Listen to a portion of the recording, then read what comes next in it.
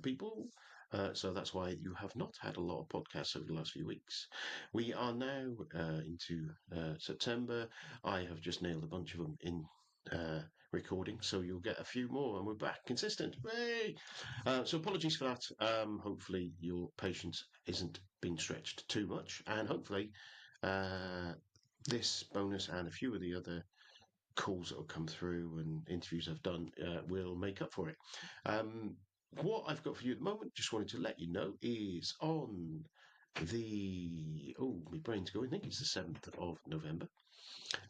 There is a conference happening in the UK, and that is hosted by the PMI UK chapter. And it's called People Matter Most, the PMI UK Synergy Event 2024. And you good people are able to get 25% off. And that 25% off is if you go there, I'll put the link in the chat, but it's pmi.org.uk/synergy dash conference dash 2024. You'll be able to find it anyway. And if you use the discount code Sunday Lunch PM24, then you'll get 25% off.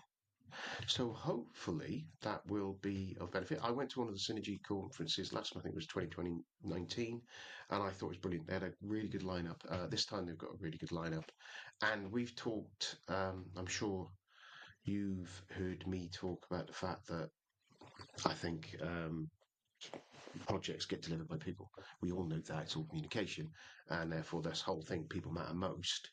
That's the only way you're going to get your projects delivered. So jump along there. Like I say, pmi.uk.org or org.uk, whichever way around it is, or just Google Synergy 24 or follow the link, whatever, and you'll be able to find it there. And remember, Sunday lunch, PM 24. I'll put that in the show notes as well. Anyway, hopefully you'll enjoy this interview with Brad and come back next week. I'm going to try and shorten all these little bits in future. So speak soon. Cheers now. Bye.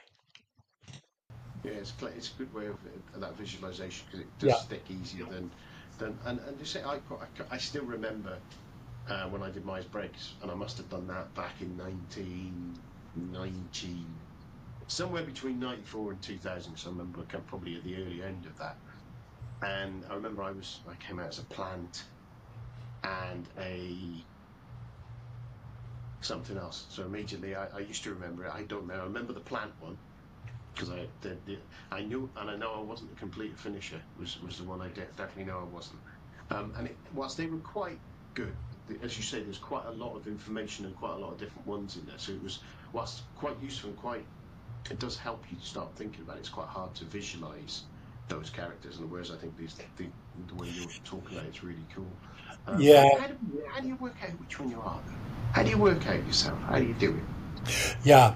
Well, the dominant one is a little bit easier because when you start talking about what the characteristics are, you kind of say, "Oh yeah, that's me," or you say, "Oh no, that's not me." So it's kind of the in between, and the shadow is a little bit more difficult. Finally, I did a little quiz. People have kept asking to do some kind of quiz, so I did do a quiz, and I put it on my website. And it's just like bradnew.com/quiz. Yeah. And it's just a very simple one just to throw you into the categories so you can kind of take a look. And then it'll link you to a more thorough explanation. And people have enjoyed. It's got just a fun, way of looking at it. I'll drop a link to the quiz in the Yeah, that's great. That's great. But it's funny when in our workshops when we divide people into the four groups and give them some questions so they can kind of explore the temperament more. Usually in the workshop, somebody will stand up and get up out of that group and say, no, this isn't me, and walk over to another one. So it's kind of a self-discovery. When we have people, like I did with NASA for a long time, they all knew each other. And so sometimes they go into the group and the group will say, no, no, no, no, Nigel, you're in that group over there, not this group. And so that's kind of that's feedback, immediate feedback too, which is kind of interesting. People know you better sometimes than you know yourself. I've done some 360 feedback type stuff over the years, and the one that they could obviously get others doing that, but what they do will get you to do. I've still got it here somewhere because I found it so interesting. In that I ranked myself in what I thought and what my skills were, and where I excel and things like that. And it was really interesting. Not the confirmation items. It's where, and not so much where people ranked me down, because that's just kind of understanding really, where I've said, right, okay, I think I'm this good, and someone says, well, you need a bit more improvement. That's kind of why you're doing it, and you're expecting that. Is where I rank myself low on certain skills, but other people ranked me very high on those skills. And there was two or three of those that I sat there and, I never realised that thing, and that I was good at that, because it's probably something that I felt difficult. It felt difficult for me to do. It was stretching me in my comfort zone. But actually, because I'm still performing well, even though it's hard to do. And that's probably, sometimes you get that bias, don't you? If it feels hard, then I can't be that good. Whereas actually, it's relative, isn't it? And that external lens from other people is really, really powerful, because how you're feeling and how you're behaving can be two different things anyway. As you said, you've got all of those four traits, and then I talk about when you've got your kid and going for an ice cream, and they step out and they step out onto the road, and how you behave. From a disc model point of view, you use all four traits to one, scream at them, drag them in, cheer them up, buy them a present. You know what I mean? You go through all of those, and you go through all of the temperaments. Yeah. But Yeah. I guess you wouldn't see me. You wouldn't know how I'm feeling when you see the temperament behaviour. No. So there's some inconsistency there, isn't Sure. Sure. We do a exercise where a guy walks by another person and doesn't, and one person says hello to that person, and the other person's got his head down and doesn't doesn't address him. And then we talk about what's wrong with that guy. Oh, he's a jerk, or he's the one that didn't say anything. He's sick or something. And it gets into talking about inference and how we infer meaning onto behavior, and it leads us back into discussions about perception and how we are, the mental maps that we have in our head, and when we see things, why we react the way they do. And temperament is part of that, not the only thing. People can choose. We don't want to give you the impression that we're bound by our brain chemistry. We also have some choice, and circumstances will arise that makes us, do some things that are maybe out of our, out of what we would like to do. You have to make the bad decisions sometimes when you're the boss. Let's face it, and sometimes that goes against kind of what you wish or what you're feeling, but you've got to do it. So all that is part of the discussion, I think, on temperament and mental maps and what to do when we see behaviors that bother us and things like that. it? Yeah. It's that lens and that inference is really interesting, from a point of view of we all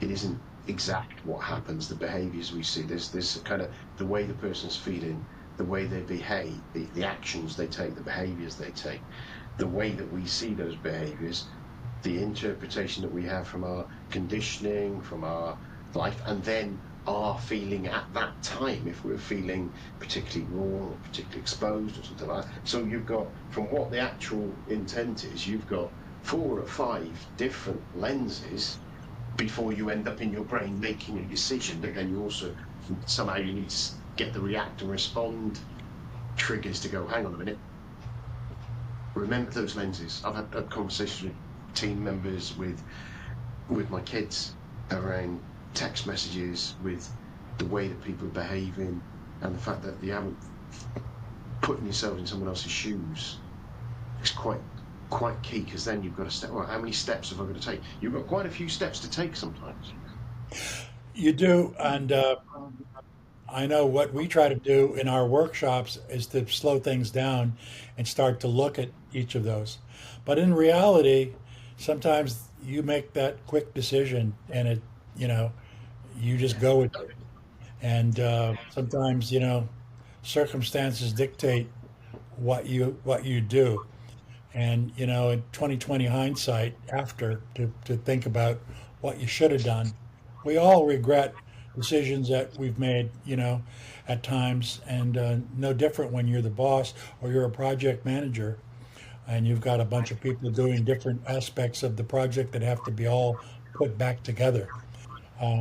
It's a challenge sometimes. And all we're saying, with temperament is that it's a tool that the effective manager should have, and self awareness, along with, emotional intelligence, understanding how power works in an organization. All of those things are important. It's not just temperament, but that's an important part of it, I think. Yeah, I agree. I agree. But just thinking, you mentioned a couple of really interesting name drops there for me. Which is kind of working with NASA. And that's always quite exciting for everyone, I Yeah. find. How was that for you working with NASA? Was it in training? Was it, and did you see? I suppose the thing is, because obviously NASA as an organisation is an incredibly high performing team. Right. Do you know what I mean? They land on the frickin' planets that are miles away from us. That's like that's a lot different to a lot of people's day-to-day jobs and that team they're managing, the teams that they're interacting. So you're going to have some strong, capable people there. Did you find anything different? What was the difference, and how did you deal with anything different in those guys? Well, one difference with NASA is that they believed in training. And, for most organizations, a new manager or a new quote leader, not too many people are hired as leaders. Leaders, they're hired as a manager or a branch head or something, and team leader. And the leadership side is assumed that you're going to do that. And I Yeah. think we spent some time talking about the difference between leadership and management. But with NASA, and other organizations, a new manager oftentimes doesn't get training for years after they're on the job. They're assumed to know how to do it, quote, right? And their employees think they should know what they're doing day one. Yes. Uh, but I know Ken Blanchard's company, his son Scott wrote the forward to the book, one of my books, Quick, I Need to Be a Leader in 30 Days, and said that oftentimes new leaders they don't go to training for 7 to 9 years before they're allowed to go to training. NASA, Well, yeah, imagine. And as he points out, Scott Blanchard points out, the first year is so important as a new manager because the positive skills that you have will stay with you, but the negative ones that you do will also stay with you for a long time. So that first year is the best time to get them into some training or some read some books about what we're talking about leadership. NASA goes right into training. So my participants, I was there for about 9 years doing training for them, and these were scientists, engineers, and administrative legal types. And they're brilliant people and I'm very young. And but they faced a lot of the same issues. but they don't realize how lucky they were that they're in the classroom and the organization is investing time and effort in them at that early stage in their careers. Most organizations that I've dealt with don't do that. So, on one hand, they're in the classroom earlier than most organizations, and that's a real positive thing. They're already brilliant, but they have the same challenges of temperament. They don't know. People dealing with people is a problem. Many of them are introverts because they're used to doing their own scientific work at a bench or in a lab and not work with a whole lot of people. And the people they do work with are brilliant people too. So there's a lot of introverted airs that are in there. Fires, they need those to be quick thinkers. And what about this? How about this? Let's try this. This, innovation. So you get a real mixture. For me, I was surprised that there was such a good breakdown of all four temperaments in our classrooms through the years. But they face a lot of the same issues. One of the issues they face was taking time off. They felt they had to be linked into their organization at all times.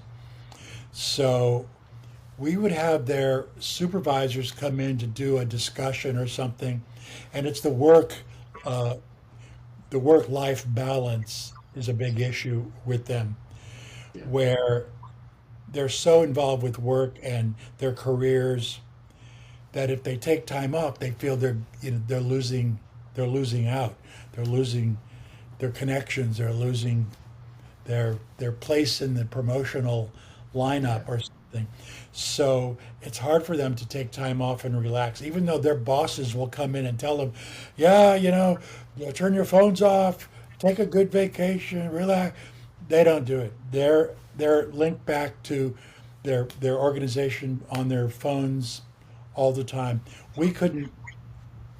I don't think I remember them kind of buying into that idea hardly at all. Uh, Is it? Is, do you think potentially that is? It's a little bit like there's not a lot of people who I'm assuming here, yeah, that could perform at the level they do in that kind of organisation, with it being just a job. And it's more than a job, it's a vocation. Do you know what I mean? They feel part of something. They feel like they've got a mission, that they're working on a 20-year mission to launch something, or 10-year mission. And you can't work on something with that long a goal, just I'm doing the job, I'm turning up, I'm going home. You've got to be invested in that end place. And therefore, it isn't about the job, it's about their identity as someone who's landed that rover on Mars, or has upgraded the Hubble telescope for the. Do you think it's? Oh, well, maybe you had these conversations, but that is where um, the need, where it's coming from, really, is that drive to do that. there's definitely a commitment. Outside of NASA, a new manager would probably have three or four, or even five jobs throughout a career. The NASA people, they don't hop around unless it's to a different lab or a different NASA place or project. They'll move projects, they'll move around like that, but it's all inside of the organization. So that commitment is definitely there, as you said. It's obvious, and it's just amazing the brilliance. You go around the room, and as they introduce themselves, and oh, it looks like a young woman, early 20s, and what's your job? Well, I'm an astrophysicist. Oh, okay. Moving moving along. The brilliance is just it's just stunning. But you try to leave it at the door. Hey, leave those degrees at the door as you come in, as we learn to be better managers and leaders. Yeah, and those sort of things can get in your way, can't they? But they can also, if with that level of, if if you can apply the level of intelligence to self-reflection and self-evaluation that they obviously have to as part of their jobs, that as science and engineers, you've got a level of skepticism of going, right, if I'm going to build this thing, how can I stop it working? What is going to stop it working? Have that skepticism, have that analytical mindset, but to you as a human, that Yeah. can become part of it, can it, and help you do that. Intellectually, Yes. they could understand the models right away. They could understand the concepts around temperament, but it's the practical application is what they're lacking. And so putting them into role plays, and we do a lot of interactive kinds of things in our classrooms that get them rolling, and that's what I think they got the most out of. You know, I could introduce the concept, they understand the model, then we do a practical application of it, and then the debrief of it is was kind of the most important thing. How they were feeling when they were doing it, what ticked them off by others, the behaviors that they saw, you know, what's the takeaway, all that. So that's why it was fascinating to work at that organization. Brilliant, brilliant. So just bringing it round to specifically my project management audience, and obviously you've got your experience in project management, training project managers and people like that. If we think about someone's out there, whether they're a new project manager or maybe they're an experienced project manager with a new team, how could they use your your temperament model? What would you do? So simple things that you would say to use now, and how Uh, the yeah, next 30 days. So to be a better lead, quick, I need to be a leader, as it says. yeah. Well, Buy the that's book. kind of why we wrote. That's why we wrote that book. Yeah. Besides buying by book, um, you know, I think a project manager needs to be more self-aware and start to figure out what's ticking them off about their other team members, the project team members, and it helps to do once you like you do the quiz for an example on the website and you say, oh, okay, I'm a dominant earth. Yeah, you're right. I like to be practical, and I want to see I have deadlines, and my team needs to meet my deadlines, and we've got to make reports.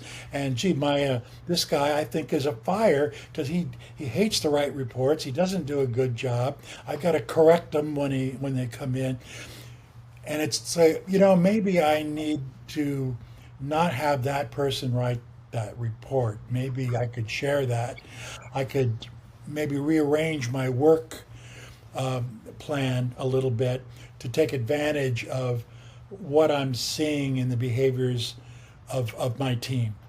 So, you know, that would be a quick thing to do to kind of get into it. So it's first understanding kind of the concepts behind it, and then kind of starting to apply it a little bit. Now you don't want to go to the extreme and say, "Oh, you're a water. You are people stop taking so much time around the coffee cups and get back to work because I know you want to sit and chat because you're a water." That would be an abuse of the tool, right? So you don't want to overdo it. It's just a tool it's mostly for you as the manager to understand your team and yourself. Yeah, I can, and I know I've had conversations with Dr. Ruth Pierce around her. It's slightly different with positive personalities things where they would do analysis there and look at positive personality traits and have the things, what do you do brilliant, and then go, well, no, you should do that because you're brilliant at that, and whereas it can flip the other way, can't it, and be careful with it. I suppose you can use it for fun with that, and the question is, I've always, certainly project managers who I've been coaching, I've always tried to share this model with them. And in fact, more than that, anyone really. And this kind of model again is kind of a different. It'll echo with people. It will achieve the same thing. Which is the most important thing for me is that self-reflection and Right. looking at yourself and how can I do something different, or how can I think differently about that person's behaviour to actually adjust and be better at what we do and help them be better by coaching them in when you do that, people can think this. because people don't always know that how their main temperament behavior is. They wouldn't know how that can affect someone else unless someone tells them. And it's how you as a manager can go, look, when you're doing this and you're being chatting out with people, people think you're not working, or could I know you're not? You know what I mean? I probably better ways to deliver that, but it is about teaching people the perception that's there and them understanding why that perception's there. So sharing these kind of models helps people be self-aware. That's basically that's the job. It's to make people, more aware. That project manager who works these long hours and takes everything on his or her own shoulders. Hey, think about delegating some of this to somebody else who might be able to do that, Yeah. and that makes everybody happier when they're contributing more. You're doing a little bit less perhaps than you feel you have to do. So it's all about learning to be a better leader, a better manager, and this is I think a very helpful tool for it. I think I agree. I think it's another lens, another way of looking at these kind of things. And thing, and I'm gonna. I always like these things anyway. So I'm kind of preaching to the converted with this sort of stuff, and I like a new idea on this sort of this trying to understand me and trying to understand other people, because that's where I am, and that probably says something about which one of these symbols I would end up being. So I'm going to jump on that on your website and do the quiz later Yeah. on today or tomorrow and get that sorted, and see we'll get there. Like I said, I'll stick that. Your link to your website onto my website. I was just thinking, is there anything you wanted to have a chat about? Because obviously we go down a few little rabbit holes there that you wanted to mention. You think would be really key before we wrap up. So, Well, Nigel, I really appreciate the time, and it was so much fun chatting with you today. Yeah, I've spent a lot of time in thinking about leadership and management, and I've been able to do a lot of this around the world, and I've even done temperament workshops throughout the Pacific and got reactions from people from very different culture, and they all seem to react positively to it and look at it as a nice little tool. I try not to make too big a deal over it, just as one of the tools that managers should have in their toolbox. My books, there's 6 books on leadership, and I have a new novel that just came out that I've tried to apply leadership principles to the main characters in a book about pirates and migrants and out on an island called Finding Eden. I hope people take a look at that as well. But it's been fun. Yeah, it's been fun to kind of do leadership and try to put it in a different format. yeah. Yeah, I do. Do you know what? I've got another interview with a friend of mine, Tammy Watchorn, next week, who published a book last year called The Change Ninja, which was based on I don't know if you remember, a few years back when there used to be the adventure books. So you go through a book and you choose what to do next, and then it takes you to another Uh, part of the book. And so uh, she's done that, but it's about change management and going through a change in an organisation and choosing different ways to do it. Which again, I always like the different. Those are really useful ways again for embedding this kind of knowledge, because it gets you that storytelling that we're storytelling and story hearing creatures, yeah, aren't we? So we are. it works really well.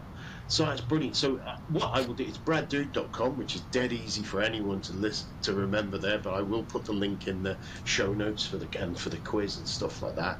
Thanks. And other than that, what's the best way people can get hold of you? Is it mainly the website? Or is there, where are you most active? Should I say?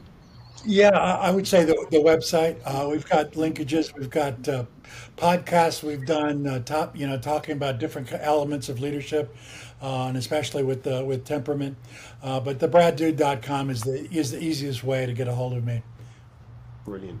Well, again, thank you so much for something that's just set off a load of flags in my head again, about doing some a bit of self-reflection for myself again. I have another lens to this, so thank you for that. And I'm sure a lot of my listeners will be in doing the same. So thanks very much for spending the time with me, and have a wonderful rest of your day. Thank you so much. Cheers. Cheers.